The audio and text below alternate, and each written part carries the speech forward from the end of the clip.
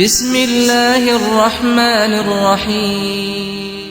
مولائے کائنات علی ابن ابی طالب علیہ السلام ارشاد فرماتے ہیں، لوگوں پر ایک ایسا گزند پہنچانے والا دور آئے گا جس میں مالدار اپنے مال میں بخل کرے گا، حالانکہ اسے یہ حکم نہیں۔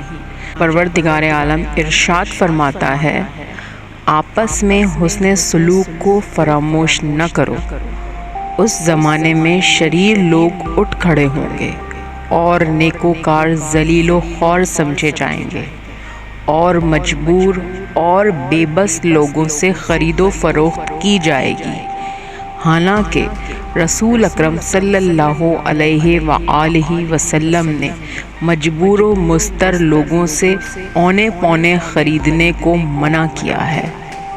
اور مولا ارشاد فرماتے ہیں، لوگوں پر ایک ایسا زمانہ بھی آئے گا جس میں وہی بارگاہوں میں مقرب ہوگا جو لوگوں کے عیوب بیان کرنے والا ہو، اور وہی خوش مزاج سمجھا جائے گا جو فاسق و فاجر ہو۔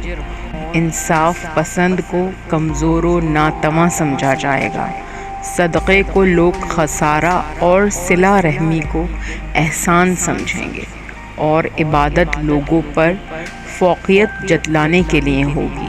ایسے زمانے میں حکومت کا دار و مدار عورتوں کے مشورے، نوخیز لڑکوں کی کار فرمائی اور خواجہ سراؤں کی تدبیر و رائے پر ہوگا۔